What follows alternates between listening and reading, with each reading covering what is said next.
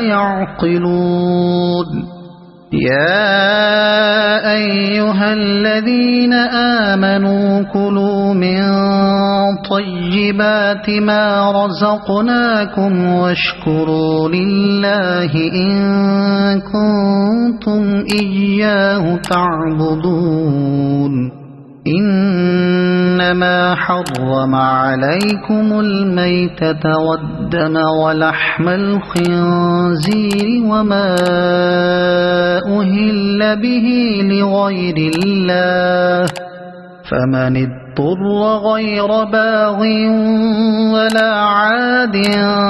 فلا إثم عليه إن الله غفور رحيم إن الذين يكتمون ما أنزل الله من الكتاب ويشترون به ثمنا قليلا أولئك ما يأكلون في بطونهم إلا النار ولا يكلمهم الله يوم القيامة ولا يزكيهم ولهم عذاب أليم أولئك الذين اشتروا الضلالة بالهدى والعذاب بالمغفرة فما أصبرهم على النار ذلك بأن الله نزل الكتاب بالحق وإن الذين اختلفوا في الكتاب لفي شقاق بعيد ليس البر أن تولوا وجوهكم قبل المشرق والمغرب ولكن البر من آمن بالله واليوم الآخر والملائكة والكتاب والنبيين وآتى المال على حبه ذوي القربى واليتامى والمساكين وابن السبيل والسائلين وفي الرقاب وأقام الصلاة وآتى الزكاة والموفون بعهدهم إذا عاهدوا والصابرين في البأساء والضراء وحين البأس أولئك الذين صدقوا وأولئك هم المتقون يا أيها الذين آمنوا كتب عليكم القصاص في القتلى الحر بالحر والعبد بالعبد والأنثى بالأنثى فمن عفي له من أخيه شيء فاتباع بالمعروف وأداء إليه بإحسان ذلك تخفيف من ربكم ورحمة فمن اعتدى بعد ذلك فله عذاب أليم ولكم في القصاص حياة يا أولي الألباب لعلكم تتقون كتب عليكم إذا حضر أحدكم الموت إن ترك خيرا الوصية للوالدين والأقربين بالمعروف حقا على المتقين فمن بدله بعدما سمعه فإنما إثمه على الذين يبدلونه إن الله سميع عليم فمن خاف من نفس جنفا أو إثما فأصلح بينهم فلا إثم عليه إن الله غفور رحيم يا أيها الذين آمنوا كتب عليكم الصيام كما كتب على الذين من قبلكم لعلكم تتقون أياما معدودات فمن كان منكم مريضا أو على سفر فعدة من أيام أخر وعلى الذين يطيقونه فدية طعام مسكين فمن تطوع خيرا فهو خير له وأن تصوموا خير لكم إن كنتم تعلمون شهر رمضان الذي أنزل فيه القرآن هدى للناس وبينات من الهدى والفرقان فمن شهد منكم الشهر فليصمه ومن كان مريضا أو على سفر فعدة من أيام أخر يريد الله بكم اليسر ولا يريد بكم العسر ولتكملوا العدة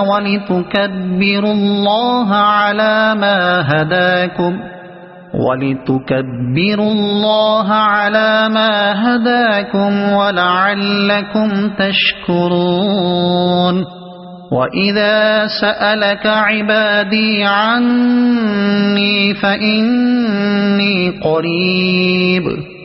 أجيب دعوة الداع إذا دعان فليستجيبوا لي وليؤمنوا بي لعلهم يرشدون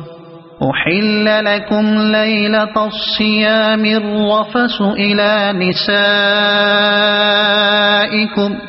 هن لباس لكم وأنتم لباس لهن علم الله أنكم كنتم تختانون أنفسكم فتاب عليكم وعفى عنكم فالآن باشروهن وابتغوا ما كتب الله لكم وكلوا واشربوا حتى يتبين لكم الخيط الأبيض من الخيط الأسود من الفجر ثم أتموا الصيام إلى الليل ولا تباشروهن وأنتم عاكفون في المساجد تلك حدود الله فلا تقربوها كذلك يبين الله آياته للناس لعلهم يتقون ولا تأكلوا أموالكم بينكم بالباطل وتدلوا بها إلى الحكام لتأكلوا فريقا من أموال الناس بالإثم وأنتم تعلمون يسألونك عن الأهلة قل هي مواقيت للناس والحج وليس البر بأن تأتوا البيوت من ظهورها ولكن البر من اتقى وأتوا البيوت من أبوابها واتقوا الله لعلكم تفلحون وقاتلوا في سبيل الله الذين يقاتلونكم ولا تعتدوا إن الله لا يحب المعتدين واقتلوهم حيث ثقفتموهم وأخرجوهم من حيث أخرجوكم والفتنة أشد من القتل ولا تقاتلوهم عند المسجد الحرام حتى يقاتلوكم فيه فإن قاتلوكم فاقتلوهم كذلك جزاء الكافرين فإن انتهوا فإن الله غفور رحيم وقاتلوهم حتى لا تكون فتنة ويكون الدين لله فإن انتهوا فلا عدوان إلا على الظالمين الشهر الحرام بالشهر الحرام والحرمات قصاص فمن اعتدى عليكم فاعتدوا عليه بمثل ما اعتدى عليكم واتقوا الله واعلموا أن الله مع المتقين وأنفقوا في سبيل الله ولا تلقوا بأيديكم إلى التهلكة وأحسنوا إن الله يحب المحسنين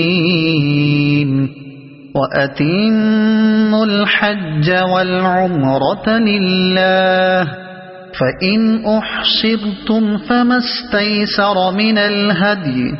ولا تحلقوا رؤوسكم حتى يبلغ الهدي محله فمن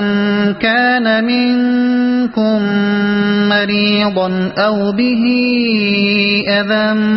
من رأسه ففدية من صيام أو صدقة أو نسك فإذا أمنتم فمن تمتع بالعمرة إلى الحج فما استيسر من الهدي فمن لم يجد فصيام 3 أيام في الحج و7 إذا رجعتم تلك 10 كاملة ذلك لمن لم يكن أهله حاضر المسجد الحرام واتقوا الله واعلموا أن الله شديد العقاب الحج أشهر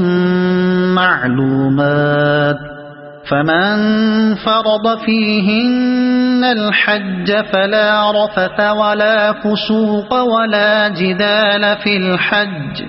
وما تفعلوا من خير يعلمه الله وتزودوا فإن خير الزاد التقوى واتقون يا أولي الألباب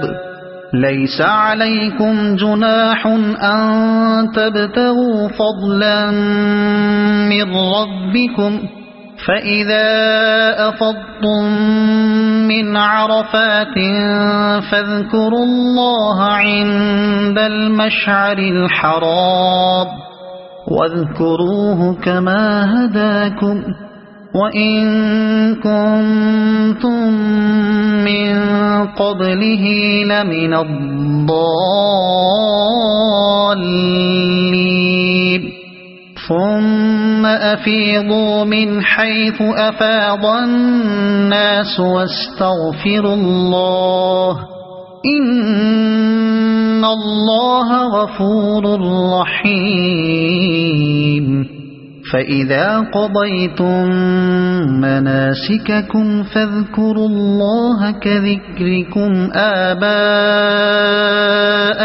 أو أشد ذكرا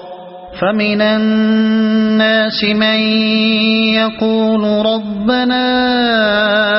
آتنا في الدنيا الدنيا وما له في الآخرة من خلاق ومنهم من يقول ربنا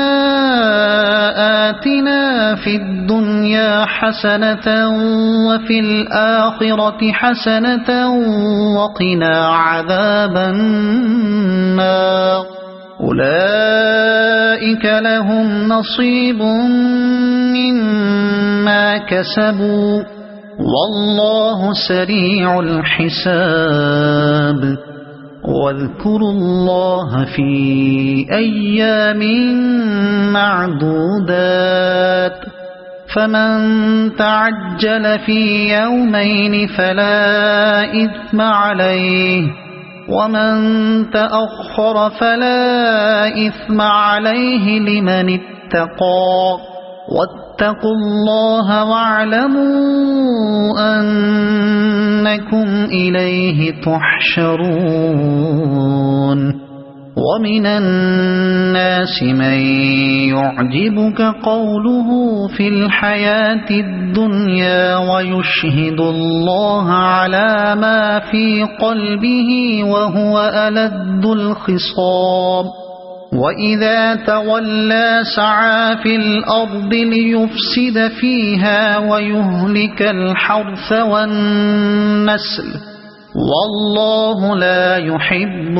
الفساد وإذا قيل له اتق الله أخذته العزة بالإثم فحسبه جهنم ولبئس المهاد ومن الناس من يشري نفسه ابتغاء مرضات الله والله رؤوف بالعباد يا أيها الذين آمنوا ادخلوا في السلم كافة ولا تتبعوا خطوات الشيطان إنه لكم عدو مبين فإن زللتم من بعد ما جاءتكم البينات فاعلموا أن الله عزيز حكيم هل ينظرون إلا أن يأتيهم الله في ظلل من الغمام والملائكة وقضي الأمر وإلى الله ترجع الأمور سل بني إسرائيل كم آتيناهم من آية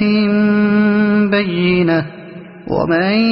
يبدل نعمة الله من بعد ما جاءته فإن الله شديد العقاب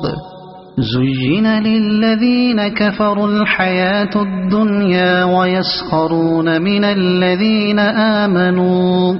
والذين اتقوا فوقهم يوم القيامة والله يرزق من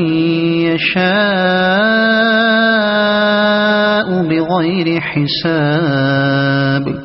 كان الناس أمة واحدة فبعث الله النبيين مبشرين ومنذرين وأنزل معهم الكتاب بالحق ليحكم بين الناس فيما اختلفوا فيه وما اختلف فيه إلا الذين أوتوه من بعد ما جاءتهم البينات بغيا بينهم فهدى الله الذين آمنوا لما اختلفوا فيه من الحق بإذنه والله يهدي من يشاء إلى صراط مستقيم أم حسبتم أن تدخلوا الجنة ولما يأتكم مثل الذين خلوا من قبلكم مستهم البأساء والضراء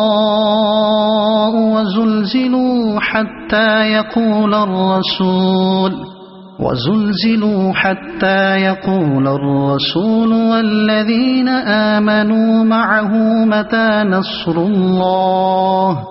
ألا إن نصر الله قريب يسألونك ماذا ينفقون قل ما أنفقتم من خير فللوالدين والأقربين واليتامى والمساكين وابن السبيل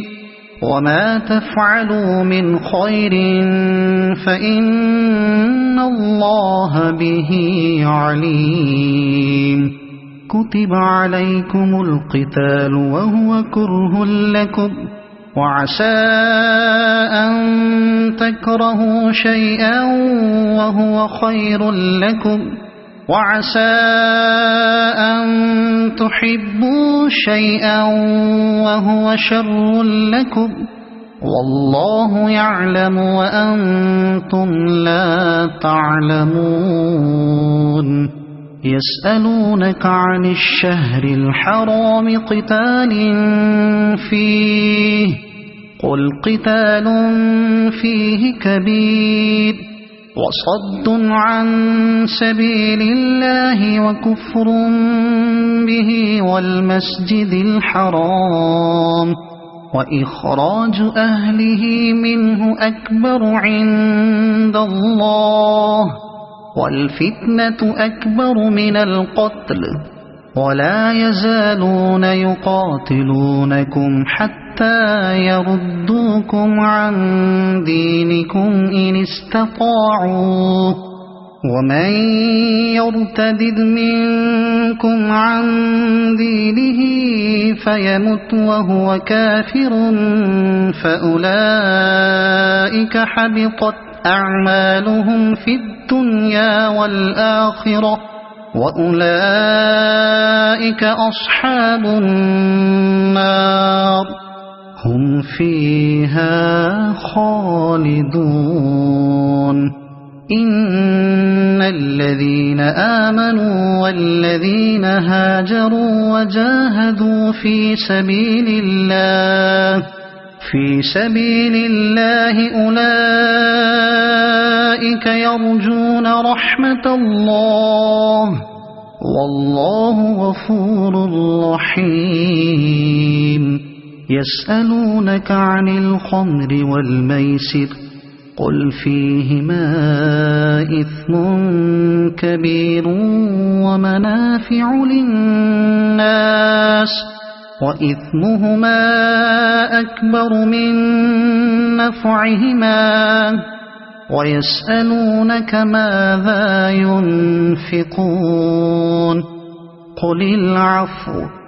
كذلك يبين الله لكم الآيات لعلكم تتفكرون في الدنيا والآخرة ويسألونك عن اليتامى قل إصلاح لهم خير وإن تخالطوهم فإخوانكم والله يعلم المفسد من المصلح ولو شاء الله لأعنتكم إن الله عزيز حكيم ولا تنكحوا المشركات حتى يؤمنوا ولأمة مؤمنة خير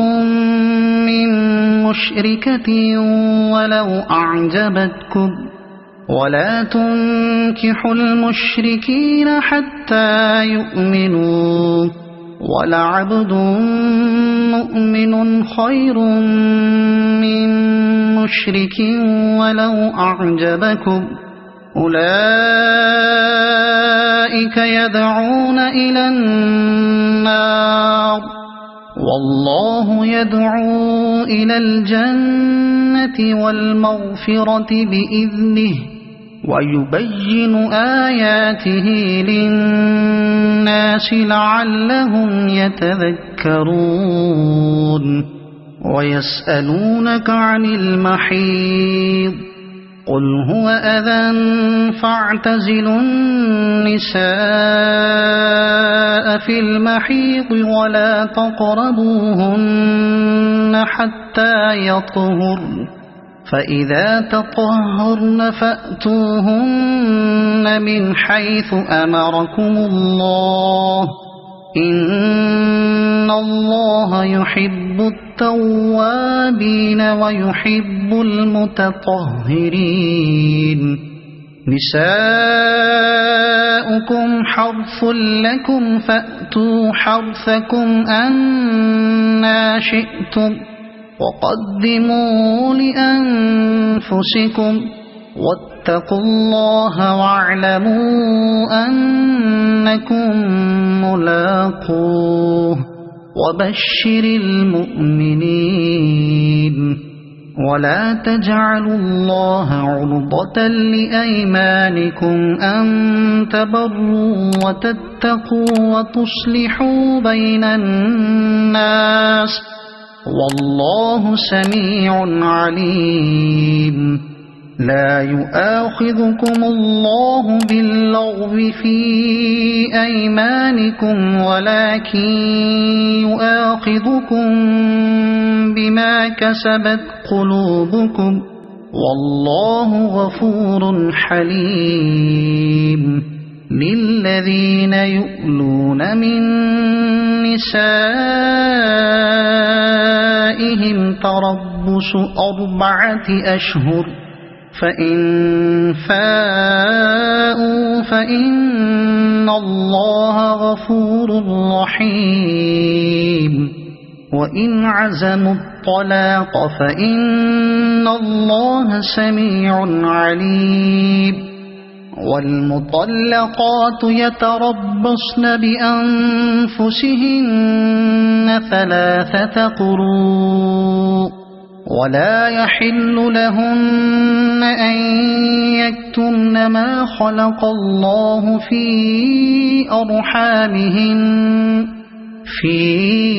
أرحامهن إن كن يؤمن بالله واليوم الآخر وبعولتهن أحق بردهن في ذلك إن أرادوا إصلاحا ولهن مثل الذي عليهن بالمعروف وللرجال عليهن درجة والله عزيز حكيم الطلاق 2 فإمساك بمعروف أو تسريح بإحسان ولا يحل لكم أن تأخذوا مما آتيتموهن شيئا إلا أن يخافا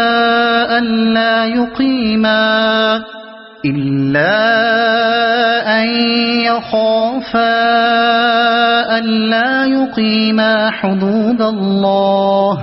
فإن خفتم ألا يقيما حدود الله فلا جناح عليهما فيما افتدت به تلك حدود الله فلا تعتدوها ومن يتعد حدود الله فأولئك هم الظالمون فإن طلقها فلا تحل له من بعد حتى تنكح زوجا غيره فإن طلقها فلا جناح عليهما أن يتراجعا إن ظنا أن يقيما حدود الله وتلك حدود الله يبينها لقوم يعلمون وإذا طلقتم النساء فبلغن أجلهن فأمسكوهن بمعروف أو سرحوهن بمعروف ولا تمسكوهن ضرارا لتعتدوا ومن يفعل ذلك فقد ظلم نفسه ولا تتخذوا آيات الله هزوا واذكروا نعمة الله عليكم وما أنزل عليكم من الكتاب والحكمة يعظكم به واتقوا الله واعلموا أن الله بكل شيء عليم وإذا طلقتم النساء فبلغن أجلهن فلا تعضلوهن أن ينكحن أزواجهن إذا تراضوا بينهم بالمعروف ذلك يوعظ به من كان منكم يؤمن بالله واليوم الآخر ذلكم أزكى لكم وأطهر والله يعلم وأنتم لا تعلمون والوالدات يرضعن أولادهن حولين كاملين لمن أراد أن يتم الرضاعة وعلى المولود له رزقهن وكسوتهن بالمعروف لا تكلف نفس إلا وسعها لا تضار والدة بولدها ولا مولود له بولده وعلى الوارث مثل ذلك فإن أرادا فصالا عن تراض منهما وتشاور فلا جناح عليهما وإن أردتم أن تسترضعوا أولادكم فلا جناح عليكم إذا سلمتم ما آتيتم بالمعروف واتقوا الله واعلموا أن الله بما تعملون بصير والذين يتوفون منكم ويذرون أزواجا يتربصن بأنفسهن 4 أشهر وعشرا فإذا بلغن أجلهن فلا جناح عليكم فيما فعلن في أنفسهن بالمعروف والله بما تعملون خبير ولا جناح عليكم فيما عرضتم به من خطبة النساء أو أكننتم في أنفسكم علم الله أنكم ستذكرونهن ولكن لا تواعدوهن سرا إلا أن تقولوا قولا معروفا ولا تعزموا عقدة النكاح حتى يبلغ الكتاب أجله واعلموا أن الله يعلم ما في أنفسكم فاحذروه واعلموا أن الله غفور حليم لا جناح عليكم إن طلقتم النساء ما لم تمسوهن أو تفرضوا لهن فريضة ومتعوهن على الموسع قدره وعلى المقتر قدره متاعا بالمعروف حقا على المحسنين وإن طلقتموهن من قبل أن تمسوهن وقد فرضتم لهن فريضة فنصف ما فرضتم إلا أن يعفون أو يعفو الذي بيده عقدة النكاح وأن تعفوا أقرب للتقوى ولا تنسوا الفضل بينكم إن الله بما تعملون بصير حافظوا على الصلوات والصلاة الوسطى وقوموا لله قانتين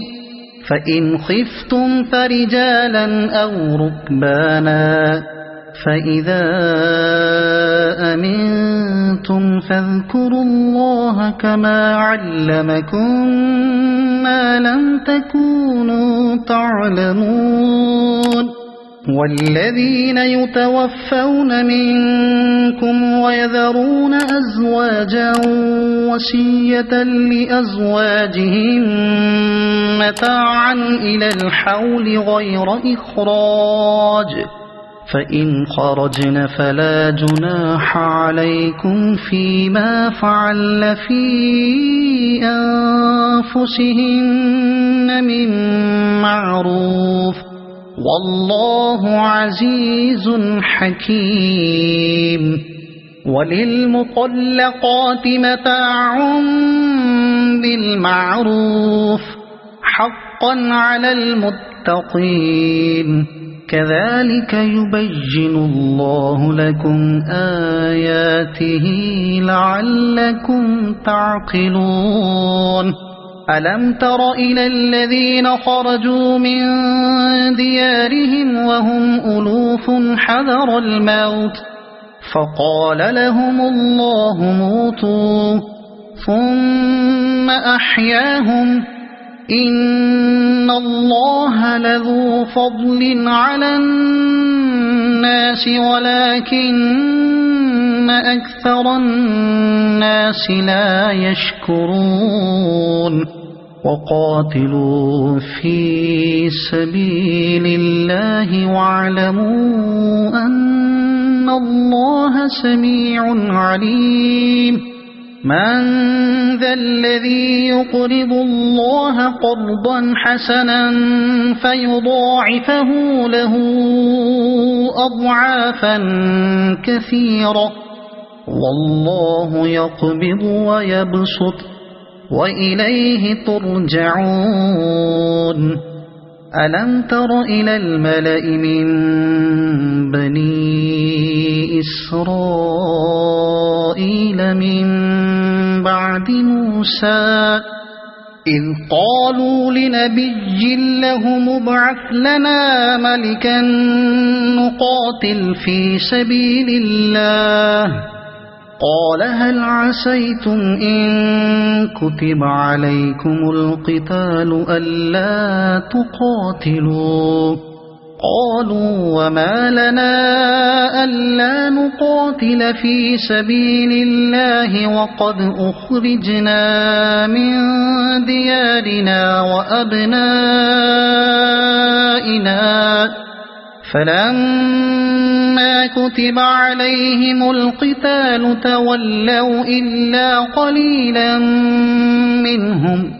والله عليم بالظالمين وقال لهم نبيهم إن الله قد بعث لكم طالوت ملكا قالوا أنى يكون له الملك علينا ونحن أحق بالملك منه ولم يؤت سعة من المال قال إن الله اصطفاه عليكم وزاده بسطة في العلم والجسم والله يؤتي ملكه من يشاء والله واسع عليم وقال لهم نبيهم إن آية ملكه أن يأتيكم التابوت فيه سكينة من ربكم وبقية مما ترك آل موسى وآل هارون تحمله الملائكة إن في ذلك لآية لكم إن كنتم مؤمنين فلما فصل طالوت بالجنود قال إن الله مبتليكم بنهر فمن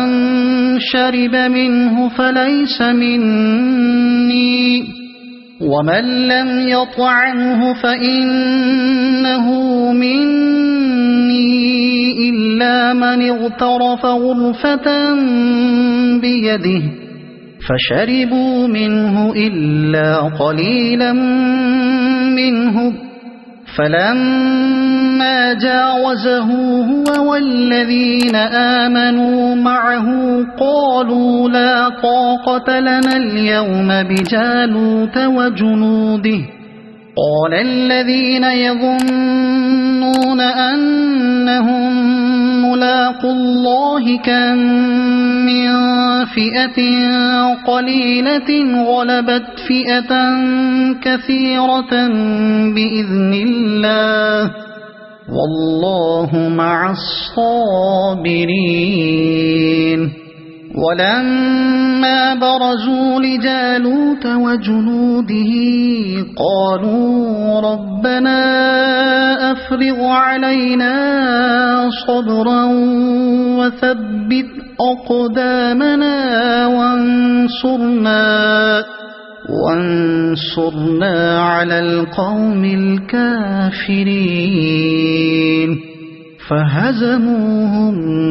بإذن الله وقتل داود جالوت وآتاه الله الملك والحكمة وعلمه مما يشاء ولولا دفع الله الناس بعضهم ببعض لفسدت الأرض ولكن الله ذو فضل على العالمين تلك آيات الله نتلوها عليك بالحق وإنك لمن المرسلين تلك الرسل فضلنا بعضهم على بعض منهم من كلم الله ورفع بعضهم درجات وآتينا عيسى ابن مريم البينات وأيدناه بروح القدس ولو شاء الله ما اقتتل الذين من بعدهم من بعد ما جاءتهم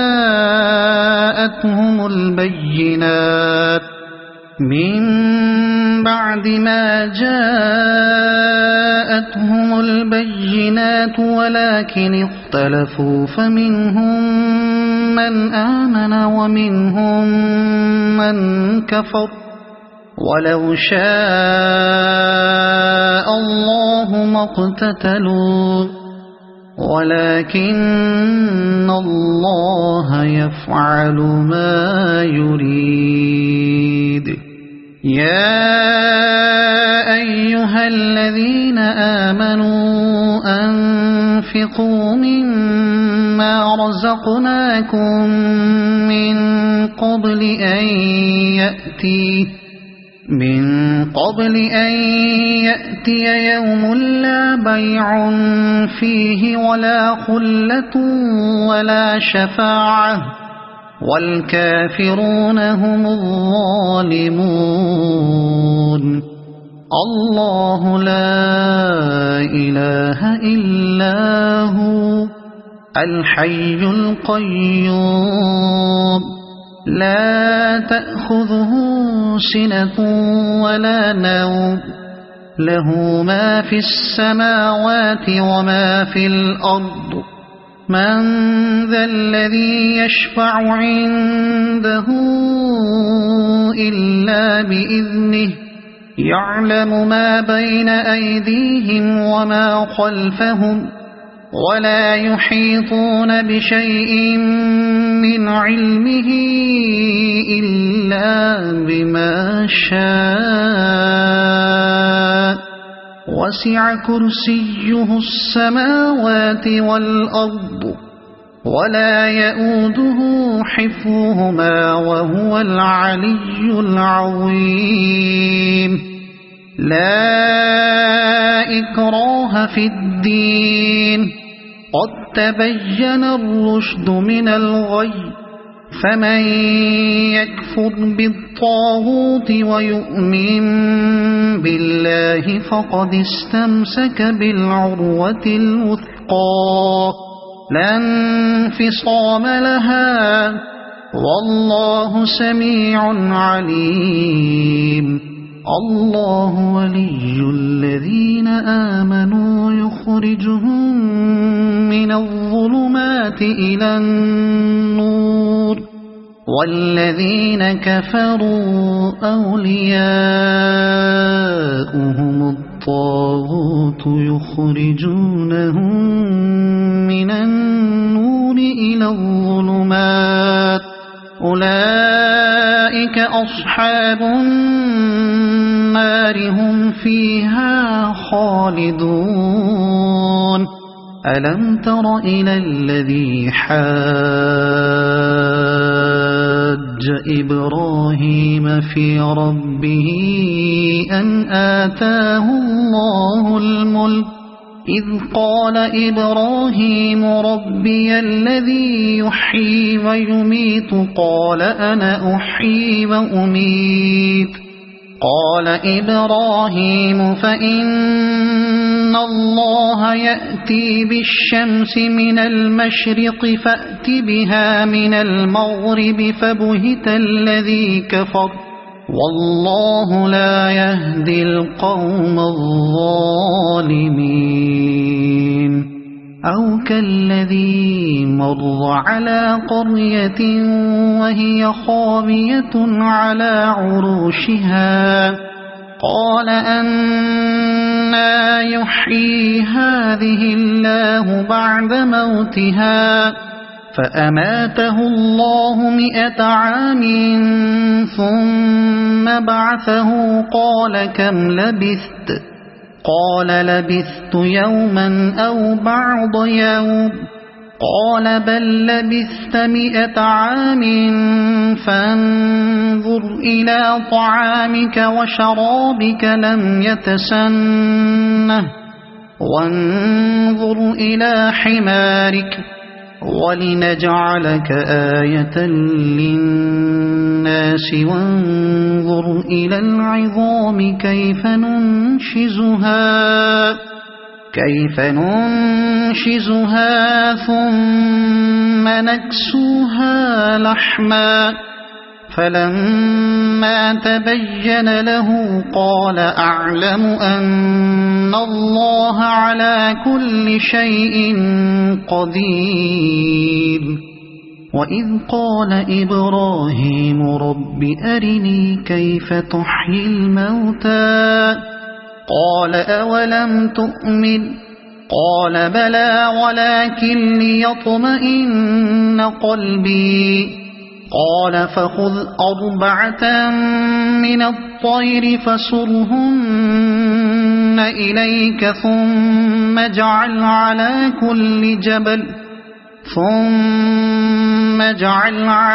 كل جبل منهن جزءا ثم ادعهن يأتينك سعيا واعلم أن الله عزيز حكيم مثل الذين ينفقون أموالهم في سبيل الله كمثل حبة أنبتت 7 سنابل في كل سنبلة 100 حبة والله يضاعف لمن يشاء والله واسع عليم الذين ينفقون أموالهم في سبيل الله ثم لا يتبعون ما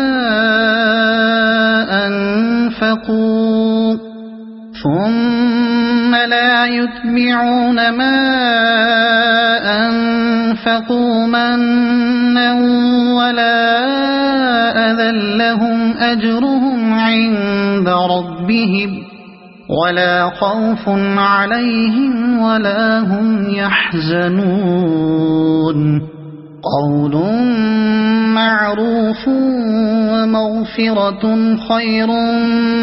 من صدقة يتبعها أذى والله غني حليم يا أيها الذين آمنوا لا تبطلوا صدقاتكم بالمن والأذى كالذي ينفق ماله رئاء الناس ولا يؤمن بالله واليوم الآخر فمثله كمثل صفوان عليه تراب فأصابه وابل فتركه صلدا لا يقدرون على شيء مما كسبوا والله لا يهدي القوم الكافرين ومثل الذين ينفقون أموالهم ابتغاء مرضات الله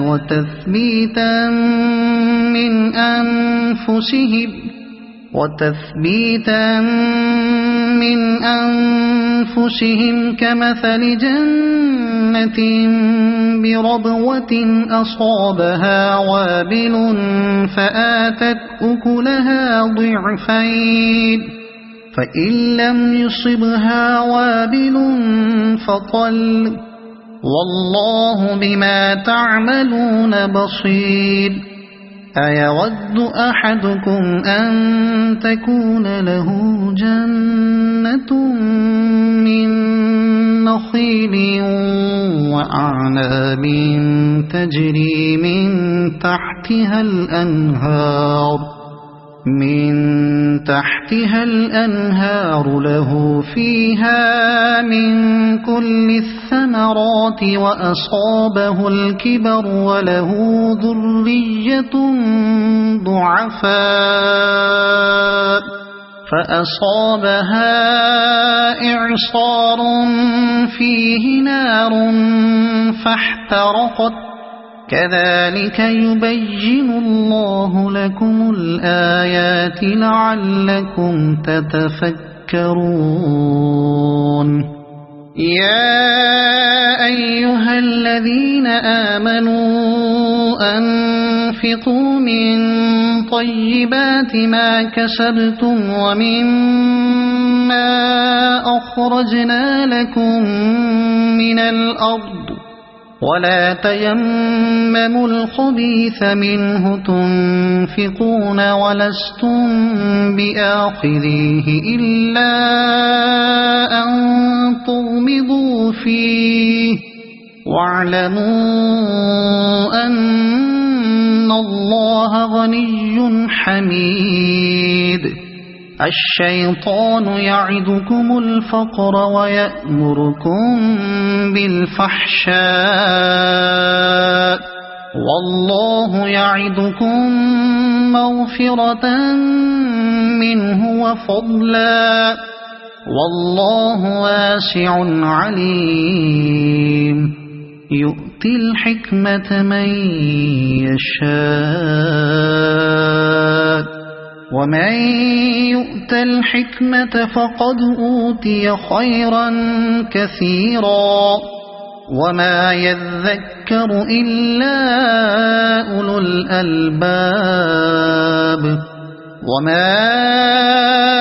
أنفقتم من نفقة أو نذرتم من نذر فإن الله يعلمه وما للظالمين من أنصار إن تبدوا الصدقات فنعما هي وإن تخفوها وتؤتوها الفقراء فهو خير لكم ويكفر عنكم من سيئاتكم والله بما تعملون خبير ليس عليك هداهم ولكن الله يهدي من يشاء وما تنفقوا من خير فلأنفسكم وما تنفقون إلا ابتغاء وجه الله وما تنفقوا من خير يوفى إليكم وأنتم لا تظلمون للفقراء الذين أحصروا في سبيل الله لا يستطيعون ضربا في الأرض يحسبهم الجاهل أغنياء من التعفف تعرفهم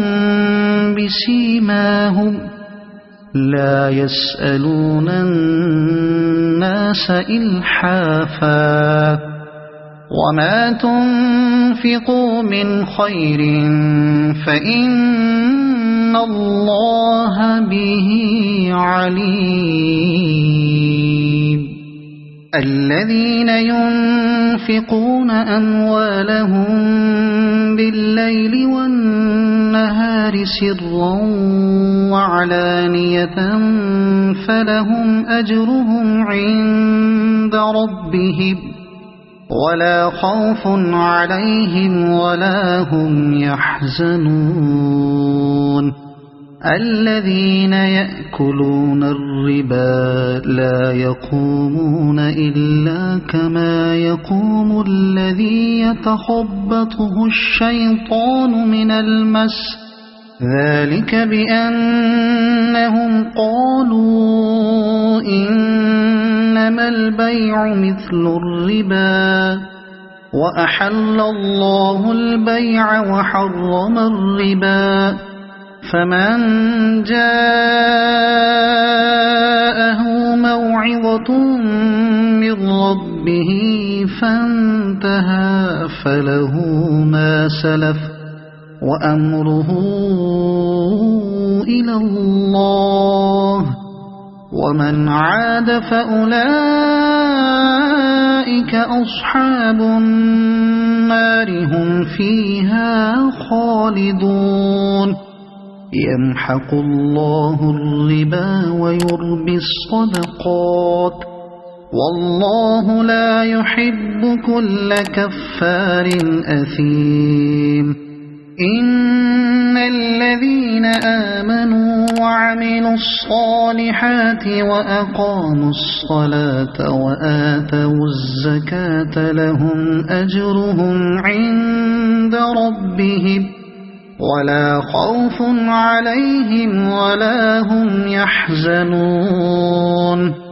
يا أيها الذين آمنوا اتقوا الله وذروا ما بقي من الربا إن كنتم مؤمنين فإن لم تفعلوا فأذنوا بحرب من الله ورسوله وإن تبتم فلكم رؤوس أموالكم لا تظلمون ولا تظلمون وإن كان ذو عسرة فنظرة إلى ميسرة وأن تصدقوا خير لكم إن كنتم تعلمون واتقوا يوما ترجعون فيه إلى الله ثم توفى كل نفس ما كسبت وهم لا يظلمون يا أيها الذين آمنوا إذا تداينتم بدين إلى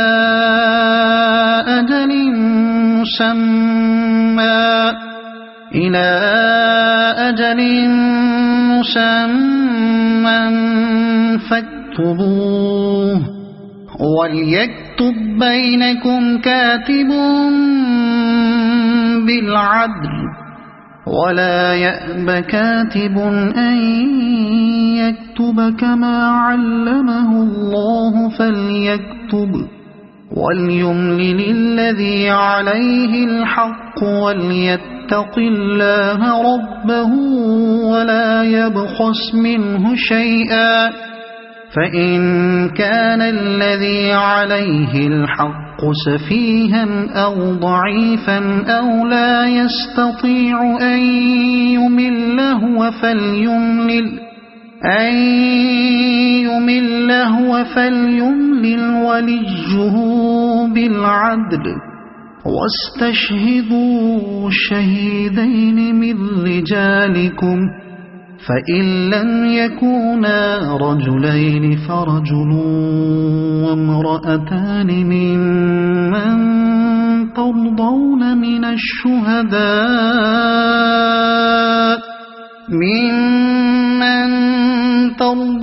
من الشهداء أن تضل إحداهما فتذكر إحداهما الأخرى ولا يأبى الشهداء إذا ما دعوا ولا تسأموا أن تكتبوه صغيرا أو كبيرا إلى أجله ذلكم أقسط عند الله وأقوم للشهادة وأدنى ألا ترتابوا إلا أن تكون تجارة حاضرة تديرونها بينكم فليس عليكم جناح ألا تكتبوها وأشهدوا إذا تبايعتم ولا يضار كاتب ولا شهيد وإن تفعلوا فإنه فسوق بكم واتقوا الله ويعلمكم الله والله بكل شيء عليم وإن كنتم على سفر ولم تجدوا كاتبا فرهان مقبوضة فإن أمن بعضكم بعضا فليؤد الذي اؤتمن أمانته وليتق الله ربه ولا تكتموا الشهادة ومن يكتمها فإنه آثم قلبه والله بما تعملون عليم لله ما في السماوات وما في الأرض وإن تبدوا ما في أنفسكم أو تخفوه يحاسبكم به الله فيغفر لمن يشاء ويعذب من يشاء والله على كل شيء قدير آمن الرسول بما أنزل إليه من ربه والمؤمنون كل آمن بالله وملائكته وكتبه ورسله لا نفرق بين أحد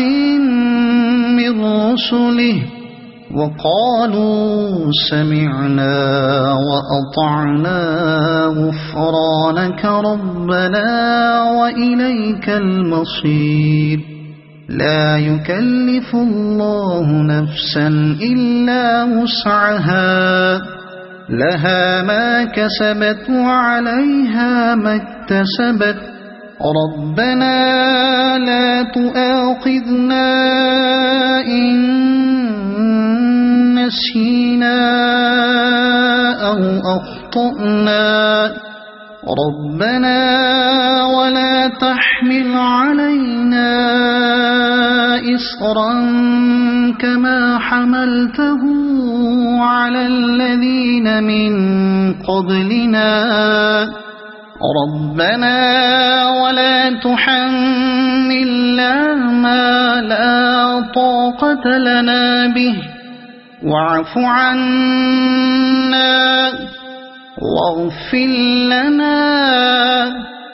وارحمنا أنت مولانا فانصرنا على القوم الكافرين صدق الله العظيم.